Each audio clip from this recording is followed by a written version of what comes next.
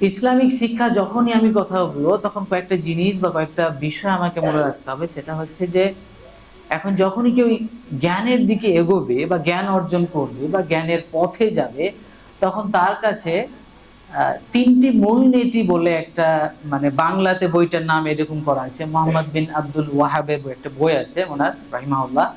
তো বাংলাতে ট্রান্সলেশনে বইটার নাম হচ্ছে এরকম তিনটি মূলনীতি। ওইখানে তিনি কথা বলছেন যে যখনই কেউ শিক্ষা অর্জন করতে যাবে তার কাছে এই তিনটে জিনিস বা তিনটে পয়েন্ট কিন্তু তার মধ্যে থাকা দরকার। প্রথম জিনিসটা হচ্ছে কি, তার মধ্যে সে যাতে আল্লাহর পরিচিতিটা পায়, যে আল্লাহ কে, আল্লাহর জ্ঞানটা যাতে থাকে। আমরা যতক্ষণ পর্যন্ত না আল্লাহ সম্পর্কে বা আমাদের যে রব সম্পর্কে যদি ধারণাই ঠিক সঠিক না রাখতে পারি, তাহলে আমরা তাকে কিভাবে মানব, তাকে কিভাবে তার কথাগুলো আমরা বাস্তবিক জীবনে প্রয়োগ করব, সেটা কিন্তু সমস্যায় পরিণত হবে, যেটা জেনারেলি আমাদের আশপাশের সমাজকে দেখলে আমরা কিন্তু ক্লিয়ার একটা দৃশ্য পাবো। সেকেন্ড একটা পয়েন্ট ওখানে উনি আনছেন, সেটা হচ্ছে যে ইসলামের টোটাল ধারণাটা বা ইসলামের মৌলিক বা মূল ধারণাটা তার মধ্যে থাকা দরকার। থার্ড একটা পয়েন্ট উনি নিয়ে আসছেন মূলনীতির মধ্যে, সেটা হচ্ছে যে নবী করিম সাল্লাল্লাহু আলাইহি ওয়াসাল্লাম সম্পর্কে জানা। তাহলে একটা মানুষ যখনই জ্ঞানের দিকে এগোবে, জ্ঞান অন্বেষণের দিকে একটা ছাত্র যখন এগোবে, তখন তার কাছে এই তিনটে পয়েন্ট অবশ্যই তার কাছে আগে থাকা দরকার। ঠিক আছে? এখন এই বাস্তব জীবন হিসেবে যদি আপনি কল্পনা করেন, আমরা একাধারে এই মাদ্রাসা বা মক্তব বিভিন্ন ধরনের শিক্ষার কথা বলি, আর আমাদের এক সাইডে আমরা দেখি যে স্কুল বা কলেজ এই রকমের কথা আছে, বিষয়টা আমরা দেখতে পাই।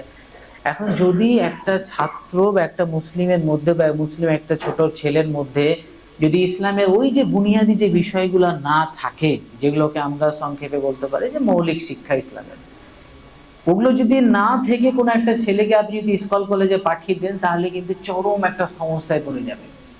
কারণ এর যে কারিকুলামটা আছে স্কুল বা কলেজের যে সমস্ত সিলেবাস গুলো আছে, এই সিলেবাস গুলো কিন্তু কি টোটালটাই যদি আমরা দেখি তাহলে কিন্তু দুনিয়ামুখী, আখিরাতমুখী না। এখন ইসলামের ক্ষেত্রে মৌলিক বিষয়টা প্রাথমিক কি, আমাদের জীবনটাই টোটালটা কি, যে ফ্রম আল্লাহ টু আল্লাহ, আল্লাহর কাছ থেকে এসেছি, আল্লাহর কাছ থেকে যেতে হবে। তাহলে এই নির্দেশটা, এই বিষয়টাকে যদি মাথায় রাখি, আর একটা পয়েন্টকে আমি যদি খেয়াল করি, যে আমাদের এই পৃথিবীতে মানে আমরা যে আমাদের জীবন যে কত কঠিন, যদি শুধু এই কথাটা দিয়ে ভাবি যে শয়তানের কাছেও কিন্তু আল্লাহ কিছু কি দিয়েছেন, ক্ষমতা দিয়েছেন, এমনটা না।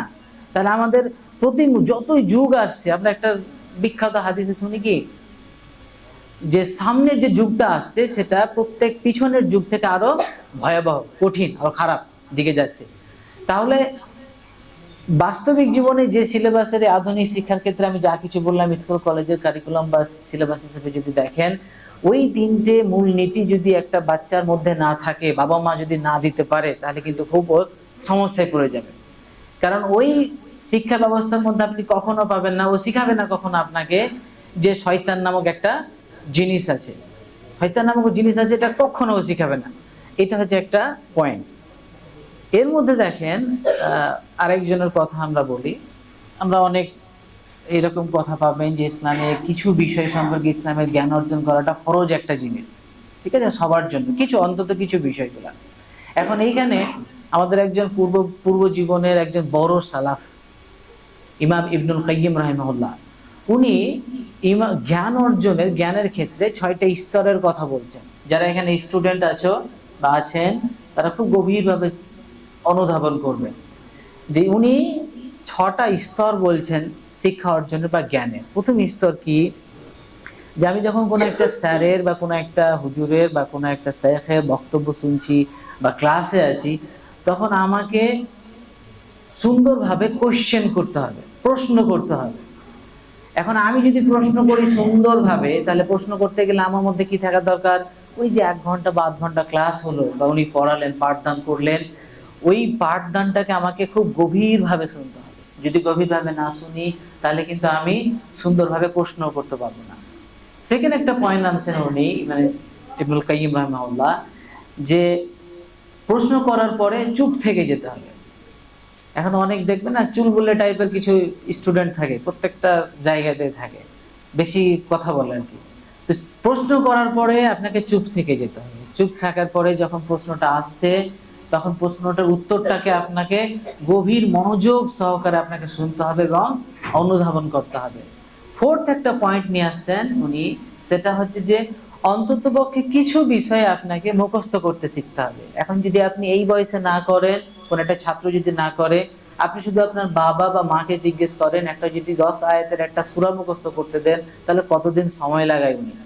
কতদিন সময় লাগায় উনি? তাহলে এই বয়সে আরেকটা চতুর্থ পয়েন্ট নিয়ে আসছেন কি, কিছুটা হলেও কি মুখস্থ করা। পঞ্চম পয়েন্ট উনি নিয়ে আসছেন খুব সুন্দর।